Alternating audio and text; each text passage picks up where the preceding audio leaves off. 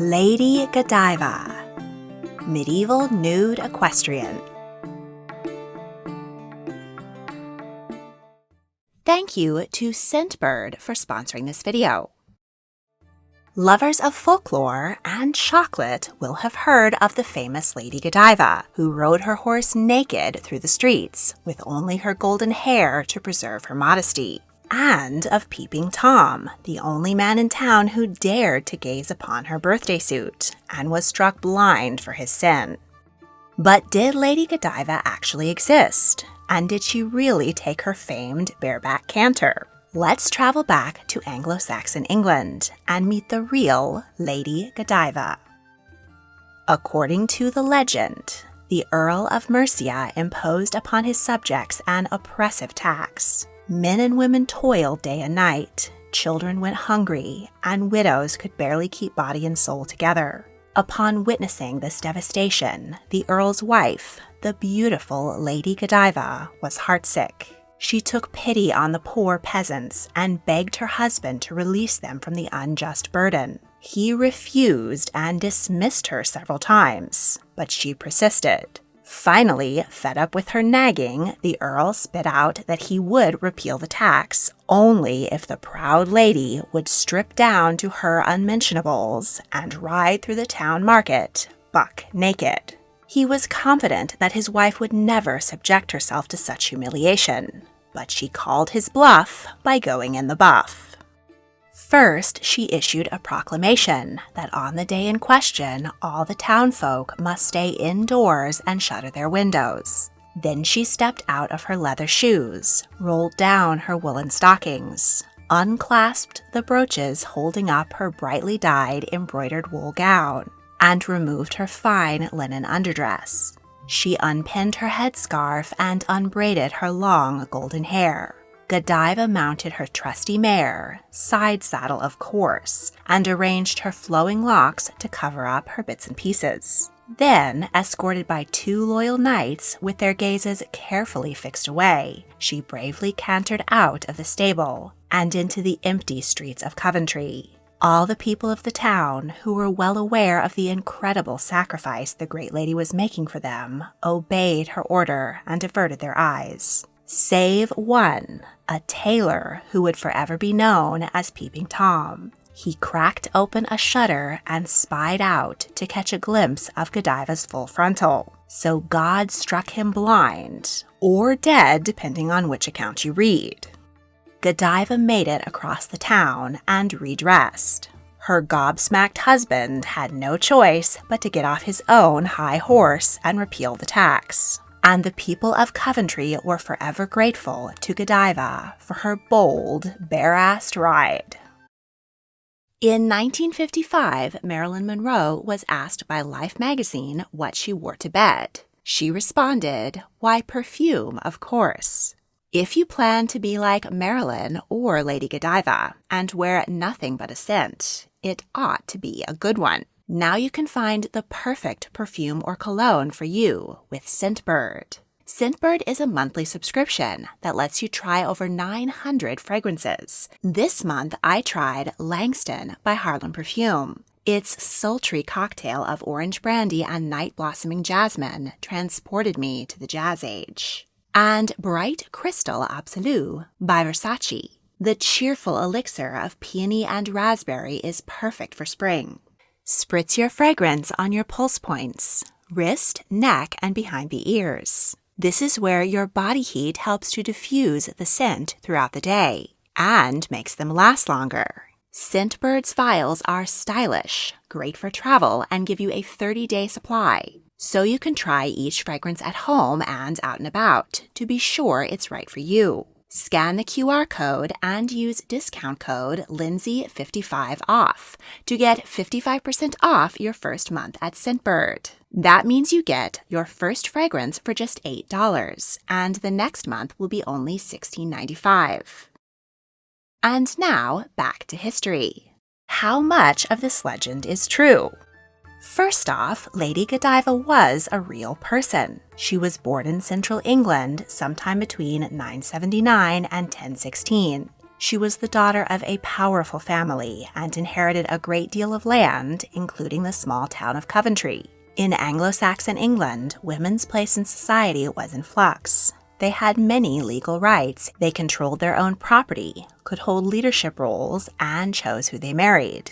But the ever-present flow of patriarchy and a growing strain of anti-feminism within the church ensured that women remained second class. Anglo-Saxon women were at the summit and had more power than their descendants would for the next 900 years. Even so, women were rarely considered important enough to include in historical record, which was usually written by monks, so we know very little about the lives of individual Anglo-Saxon ladies. Because she was a powerful noblewoman, Godiva was one of the few whom we do get a glimpse of.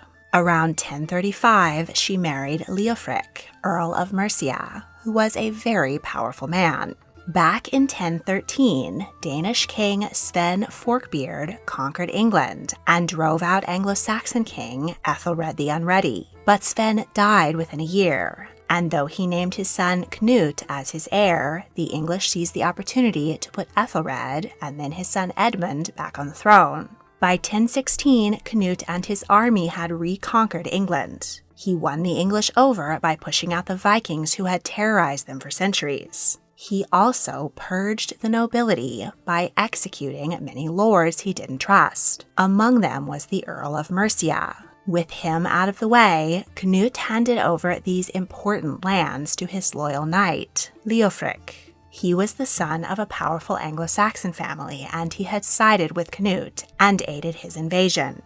The new Earl of Mercia was not only powerful, but also a skilled and cunning politician. He managed to keep his position and his head for 40 years. Through the reigns of Knut, his two sons Harald Harfoot and Harthacnut, and when Ethelred's son, Edward the Confessor, regained the throne and restored the Wessex dynasty, Leofric somehow convinced him that he'd been rooting for him all along and remained in power. By the time of their marriage, Godiva may have already been widowed. Some reports claim that she gave birth to 9 children. Godiva was in charge of her own property and money, and she took great pride in her role. She visited her lands often to check on the peasants and ensure that her domain was well managed. Much of what we know of her and of her husband comes from records of their generous gifts to the church. In 1043, Godiva encouraged her husband to atone for some of the carnage he had rained upon their homeland while he was helping Knut invade. On the site of a nunnery in Coventry that he had destroyed, the couple founded and endowed a Benedictine monastery. Godiva herself gave gold, silver, and gems to the monks, which were fashioned into crosses and bookplates. They gave land and jewels to many other monasteries and churches in Leominster, Chester, Winlock, and Evesham. They even presented a silver necklace and a gold rod to decorate a statue of the Virgin Mary in St. Paul's Cathedral in London. Godiva and Leofric gained a reputation as the most pious and generous donors to the church of the late Anglo-Saxon period. Leofric died in 1057. Godiva lived past 1066, when William, Duke of Normandy, invaded England and took the throne. She also proved to be a skilled diplomat, as many of her fellow Anglo-Saxon lords were pushed out of power and their lands handed to Norman knights. Godiva is listed in the Domesday Book of 1066 as one of the few Anglo-Saxon nobles and only woman to remain a major landholder after the conquest, though many of these spectacular gifts she had bequeathed to the church were carried back to France by Norman bishops, or melted down for bullion. In 1086, another great survey of England was taken, and by this time Godiva was not listed, so she must have died between 1066 and 1086. Where she is buried is up for debate. Some records claim she was laid to rest with her husband in St. Mary's Priory, Evesham, and others that she was interred at the Church of the Blessed Trinity, which was looted and destroyed in the 1530s on the orders of Henry VIII. According to one account, Godiva's will directed that a circlet of precious stones, which she had threaded on a cord, in order that by fingering them one after another she might count her prayers exactly, were to be placed on a statue of the Blessed Virgin Mary. This is the oldest known historic reference to the use of a rosary. But these precious prayer beads and Godiva's grave were either looted or destroyed, so we have no remaining physical evidence of the once great Lady Godiva. Hold your horses. Okay, so we know that she was real, but what about the famous legend? Well, first of all, her name isn't even right. She would not have been known as Lady in her own lifetime. That honorific was reserved exclusively for the Queen, and did not apply to other noblewomen for several more centuries. The title of Countess was also not introduced for the wives of earls until the Norman conquest. She would have heard herself called Leofric's Gebira, which translates to the earl's bed partner. Secondly, her name was not actually Godiva. It was Godgefeu, Old English for gift of God. Godgefeu was a popular name at the time, the equivalent of Jennifer today. So historians aren't always sure if the Godgefeus who appear in historical record are her or someone else. Our Godgefeu's name was Latinized to Godiva in many of the accounts of her. And as that is how she is best known, let's stick with it. So what about Godiva's famous Starker's spectacle? On that, things aren't so clear. The first record of the event was written 200 years after her death by monk Roger of Wendover in his Flores Historiarum, or Flowers of History. Roger set out to collect important tales from English history, particularly those predating the Norman conquest. But he was rather gullible, and his chronicle ended up being less historic document and more Brothers Grimm fairy tales. The Godiva story has since been repeated with ample embellishment and modification many times. Aside from the lack of contemporary record, historians find many issues with the story's credibility. Some describe Leofric's challenge as an insult to his wife, an attempt to disgrace her for questioning his authority. However, it is unlikely that an earl would shame his own wife in this manner. Not only would this reflect badly on him, but if she was particularly cross, she had the legal right to divorce him and take her ample tracts of land with her. Others claim it was a test of piety, both of her willingness to humble herself before God and of the people of Coventry's obedience in respecting her modesty. Some accounts claim that the great lady didn't actually ride in the raw, but rather stripped herself of her fine jewelry and wore only a simple white peasant shift. Godiva's motivations for the au naturel promenade are also suspect. In the 11th century, taxes were difficult to levy and not often collected. Lords and their agents had a hard time surveying people and figuring out what was owed. They rarely bothered with rural communities and one-horse towns like Coventry, which was nothing like the sprawling metropolis depicted in Godiva paintings. Her topless trot would have been more Main Street in Maybury, less King's Landing. What's more, Leofric didn't have domain over Coventry. It was Godiva's land. She was in charge there. Any taxes levied would have been paid for her, and if she wanted them removed, she could have done it herself with her knickers on. The concept of the Starker's Cavalcade being in protest to taxes was an idea born of the 13th century, when Roger of Wendover first wrote it down. By the 1220s, the government was much more effective at collecting taxes. King Richard I had gotten himself kidnapped while on crusade, and his ransom was 8 years of English tax revenue. When his younger brother John took the throne, he taxed the people heavily to refill the royal coffers. His furious barons forced him to sign the Magna Carta in 1215, the first document in history to set limitations on the king, and, among other things, how much tax he could collect from his people. It's quite likely that Roger's account of Godiva's tariff-protesting freedom ride was just another piece of 13th century anti-taxation propaganda. another popular folk hero who emerged at the same time to take from the rich and give back to the poor, aka protest taxes, was Robin Hood. Of course, there are rarely smoke shows without fire, and it is possible that Godiva really did make her nudist jaunt through Coventry, just not in the way we've always been told. There are several theories to explain why. Taxes may still have been involved. In 1041, King Harthacnut, who was wary of the English after having to fight to regain his father's throne, increased the size of his army and navy. To pay for it, he tried to collect a tax. Naturally, the people were displeased, and 2 royal tax collectors were murdered by angry citizens in the town of Worcester. Furious, King Harthacnut tested his minion Leofric's loyalty by ordering him to destroy the village. It was the most important cathedral town on his land, but the earl had no choice but to obey the king, leaving not one grain barn standing. But guilt over the event followed the earl for the rest of his life. He donated a great deal of money to the area to try and rehab his reputation. A common way early Christians made penance for sins was through public humiliation. Godiva may have performed her ride of shame as a way to beg God's forgiveness for the destruction of Worcester.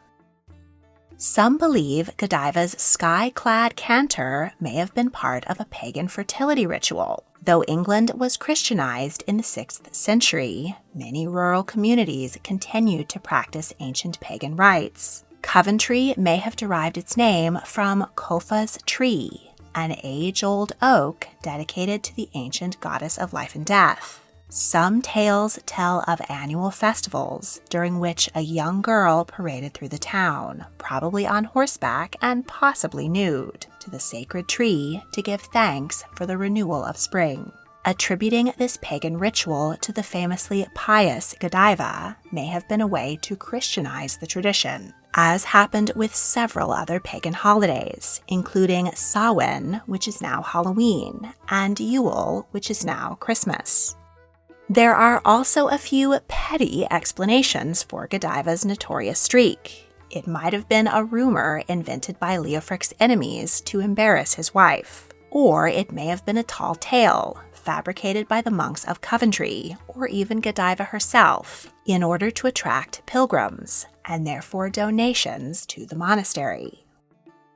One other delicate problem with Godiva's story is that women in the 1000s didn't ride side saddle. Queen Anne of Bohemia introduced the rather awkward positioning to the English court around the time of her marriage to King Richard II in 1382. She was the daughter of the Holy Roman Emperor, and in her homeland it was seen as unseemly for ladies to straddle a horse. Side saddle riding is more dangerous than a standard mount. The horse must deal with an unbalanced load, and the rider is much more likely to slip and fall off. That is exactly what happened to Mary of Burgundy, wife of the future Holy Roman Emperor Maximilian I. During a hunt, the pregnant duchess was thrown from her horse, which landed on top of her, killing her at 25. Despite the danger, side saddle was seen as the only way to protect womanly virtue. It was even said that maidens who rode with one leg on either side could no longer consider themselves virgins. Side saddle remained the fashion for well-bred ladies until the early 20th century. So, had Godiva really gotten into the saddle a la Adam and Eve, she would have put far more on public display than prim Victorian paintings would have you believe.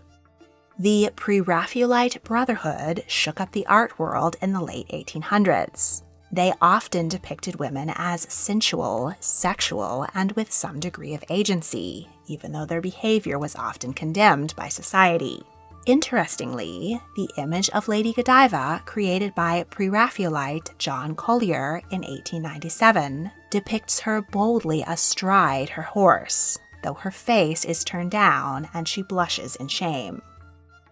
The original 13th century account of Godiva's story does not include her ordering the townfolk to remain indoors, or the character of Peeping Tom. Instead, she rides right past everyone. Those embellishments were first written down by Richard Grafton, later elected MP for Coventry. He included the tale, with those additions, in his Chronicle of England in 1569. Again, the updates are a product of the time. Grafton was a staunch Protestant, and he sanitized the medieval tale. Because he and his ilk were at their most gleeful when shaming others for their sin, Tom became the perfect foil to Godiva. And because we all know what Tom was probably up to, I'll add that the church has always preached against the act of self-pleasure, but the Protestants were particularly fond of railing against it. The myth that celebrating Palm Sunday will somehow make you go blind dates all the way back to ancient Greek philosopher Aristotle, and this shaming cautionary tale was alive and well with the Puritans. But fear not, taming your dragon has absolutely no effect on eyesight, though peeping at someone without their consent is definitely off limits. Grafton probably didn't come up with Peeping Tom himself. There are references to the ogler being part of local folklore, but in the version retold at Coventry's local pub, it wasn't God who struck Tom blind, but angry, vigilante townsfolk. Illicit voyeurs are still called Peeping Toms, a colloquialism which is perhaps even more well-known than Lady Godiva herself. In the 1800s, Godiva became more popular than ever, appearing in multiple books and works of art. Victorian high society presented an exterior shell of piety and prudery, which hid a seething underbelly of pornography and illicit sex.